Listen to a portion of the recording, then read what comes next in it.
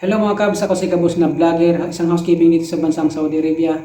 Sa video na ito mga kabs, i-share ko sa inyo kung paano maglinis ng toilet o washroom dito sa bansang Saudi Arabia kung kayo ay mag-housekeeping o mag-cleaner.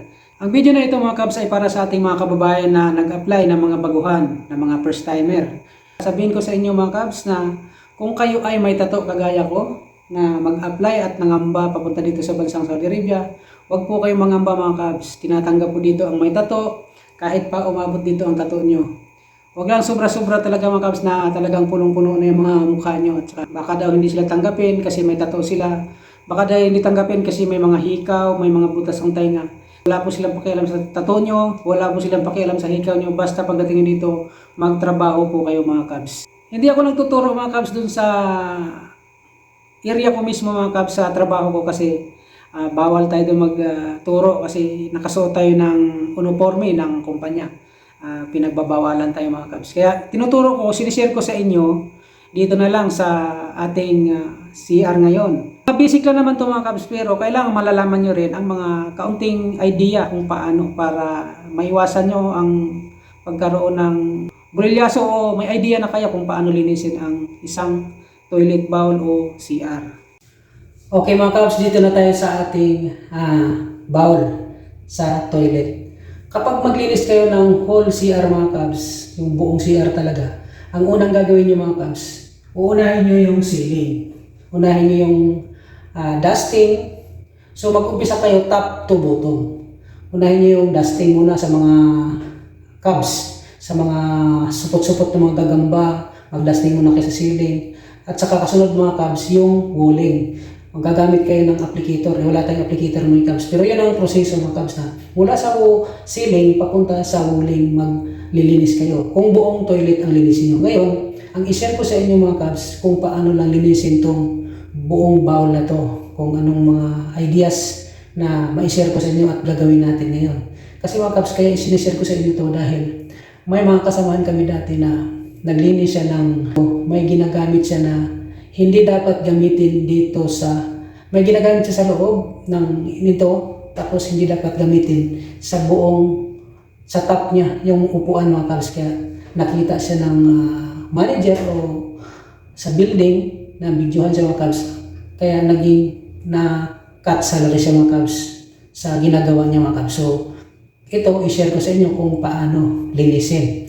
Basic lang naman ito mga kabs pero kailangan matalaman nyo rin para alam nyo at maiwasan nyo ang magkaroon ng problema kung sakasakaling nandito na kayo. So bago tayo mag-umpisa maglinis, siyempre magsusuot tayo ng pang-protection sa ating katawan.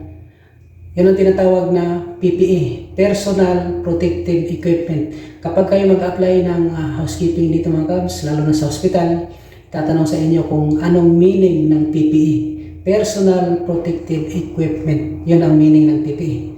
Kagaya nito, gloves. Ito yung kasama sa mga PPE mga kabs. Gusto tayo. Bago tayo maglinis. Ayan. Kasunod nito mga kabs, magsuot din tayo ng mask para sa hindi natin malanghap ang chemical. Yung mask mga kabs. So, ganyan yung mask. Pwede nyo siyang ganyanin. Tupiin ganyan. Para sakto sa ilong nyo. Nahati nakati. Kabit yung ganun. Yan. Lahat ng mga CR dito sa Saudi, o hindi ko alam sa Pilipinas kung meron ba sila. Sa Pilipinas, di gaano uso ang bidet. Itong tinatawag na bidet. Panghugas to sa, alam niyo na, pagkatapos yung mag-CR. Bago natin linisin itong buong bowl na to, ay basahin muna natin. I-close mo yan.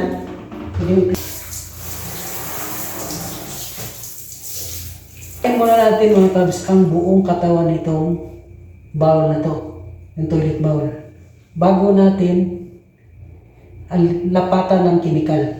Yan mga kabs, napaliguan na natin siya. Ngayon buksan natin.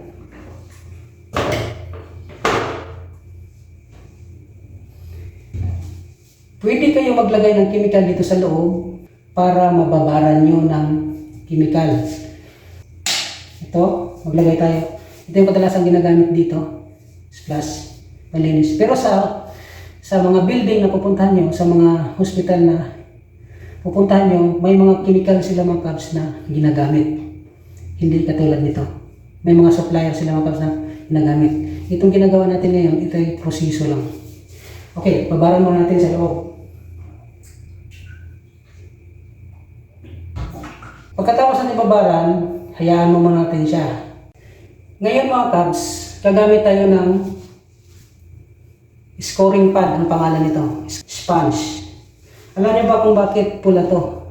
Dahil ang ginagamit ng mga basahan at sponge ay na pula ay ginagamit sa CR. Pero ito, pwede rin to, scoring pad.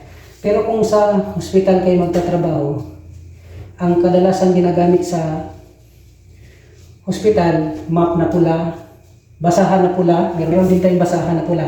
Dahil pagkatapos natin to paliguan, pwede natin tuyuin at punasan mga kabs. Ito yung basahan na pula. Tawag nito mga kabs ay microfiber cloth. Gamitin kong chemical muna para linisin natin ang buong katawan. So napaliguan na natin siya. So maglagay tayo ng sabon sa kanyang katawan.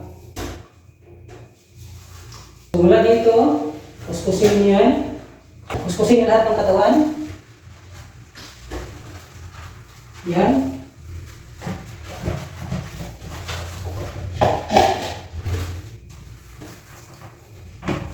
Pati dito, pwede nyo rin gamitin ito mga kabs. Lagyan nyo ng chemical, sabon yan. Yan. Dito, nababa.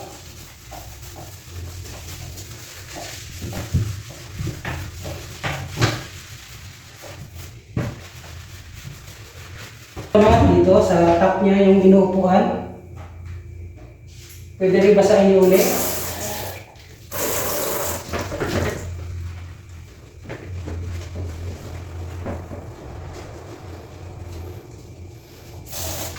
Pwede rin kayo magdagdag ng chemical ulit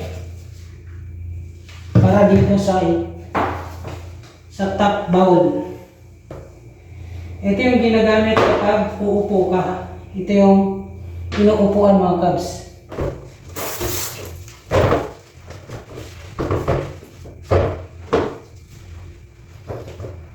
Ngayon mga kabs, ito ginagamit mo lang to sa labas.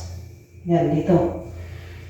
Sa katawan niya. Yung gagamitin natin na toilet brush sa loob nito. Kaya ko tinuturo sa inyo to dahil itong toilet brush na to may kasamahan tayo noon na ginagamit niya to sa ibang parte ng bowl na to. Kaya nabidyohan siya, nakita siya. Kaya nagkaroon siya ng corrective. So gagamitin natin to sa loob.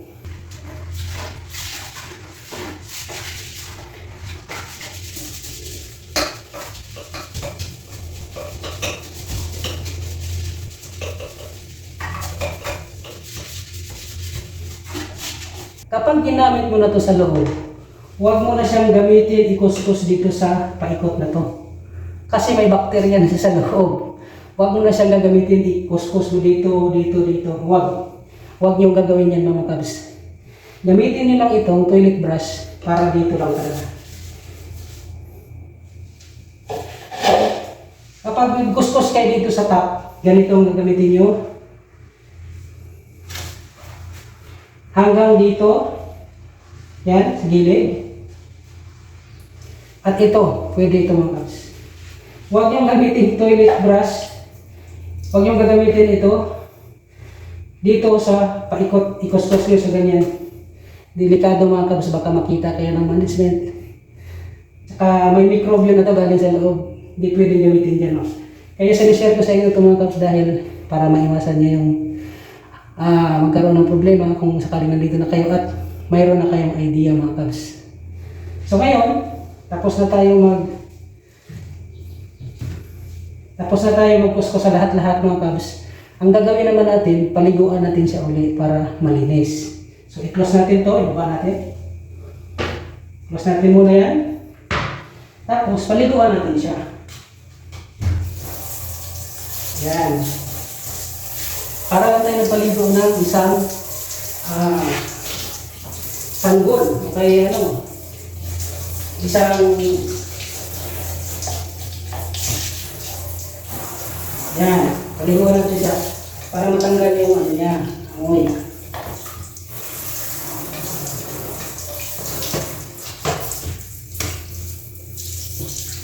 Huwag niyong kalimutan, itong ginagamit ko ay pangalan ng bidet.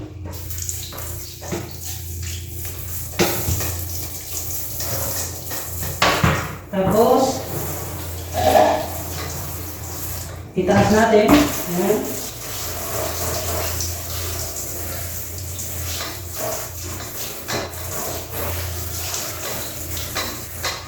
Taas din natin yan.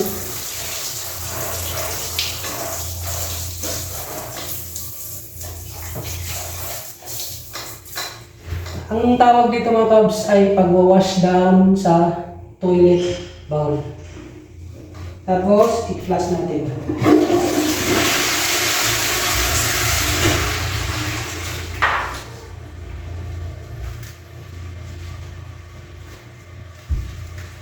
Gagamitin na natin ito mga kabs para punasan.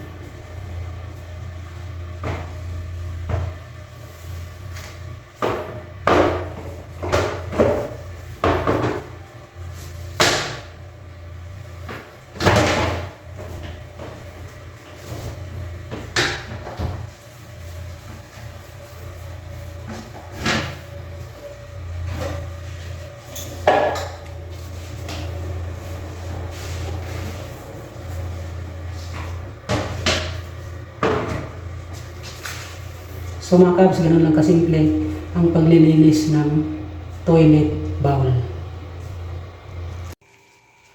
So yun mga kabs, ganun lang kasimple ang paglilinis ng toilet bowl. Huwag niyong gamitin yung toilet brush sa top o sa katawan niya dahil ang kapagamitan niya mga kabs ay sa loob lang talaga ng bunganga ng toilet bowl. Yun ang dahilan mga kabs na sinishare ko sa inyo para pagpunta niyo dito, makarating kayo dito. Hindi nyo na magagawa yung ganun mga kabs. May idea na kayo. Kung tanungin kayo ng employer mga kabs, sabihin sa inyo how to clean a bathroom. Sabihin nyo mga kabs, unang-una, first, dusting, second, walling, and then next, cleaning whole toilet bowl, wash down. So yung tinuturo ko sa inyo mga kabs, pwede nyo gamitin yun step by step. Paliguan nyo muna, pagkatapos paliguan, saka nyo sabunin yung katawan ng bowl. At pagdating sa bunganga mga kabs ng bowl, toilet brush lang talaga ang gagamitin yung paikot doon mga kabs. Huwag niyong gagamitin yung toilet brush sa upuan natin kapag tayo ay mag-CR. Huwag niyong gamitin mga kabs kasi kung nakita kayo ng mga management o sa mga VIP na nasa building na nalilisan nyo, pinapasukan nyo, at magkaroon pa kayo ng corrective or cut salary. Dito mga kabs, corrective at saka cut salary ang pinapairal kapag kayo ay nagkaroon ng mistake sa paglilinis or nagkaroon ng problema doon sa mga area. Sanction nila mga kabs, cut salary at saka corrective. Yun ang ano dito sa Middle East sa mga kagaya nating mga cleaner. So tandaan niyo yung mga ginagamit na mga basahan natin at saka mga map. Kapag kayo maglinis ng bathroom, ang ginagamit na map handle, pula. Ang ginagamit na map head, pula rin mga kabs. Yun ang ginagamit talaga sa CR. Pati basahan mga kabs, pula din. Pati yung sponge na ginagamit natin, pero lang doon sa 3M scoring pad, pwede rin yung ganun, kahit hindi pula. Pero kadalasang sponge na ginagamit sa bathroom, pula din siya mga kabs. Color coding na tawag mga kabs sa paglilinis, lalo na sa mga hospital mga kabs. Okay mga kabs, kapag nagustuhan mo ang video na to, nakatulong sa yung video na to, huwag mo magkalimutan mag-like, mag-subscribe sa ating channel, Kabos na Vlogger, para ma-notify ka sunod ng mga video na aking gagawin. Bago tayo magtapos mga kabs, mayroon pala tayong ginagawa ng mga interview kung paano pumasa, makatulong sa inyo. Kahit saan kayo mag-apply mga kabs, mayroon tayong ginawa ng question and answer sa ating Kabos na Vlogger channel. Ulitin ko mga kabs, maraming salamat sa inyong panonood at suporta. Ako si Kabos na Vlogger. Thank you so much for watching this video.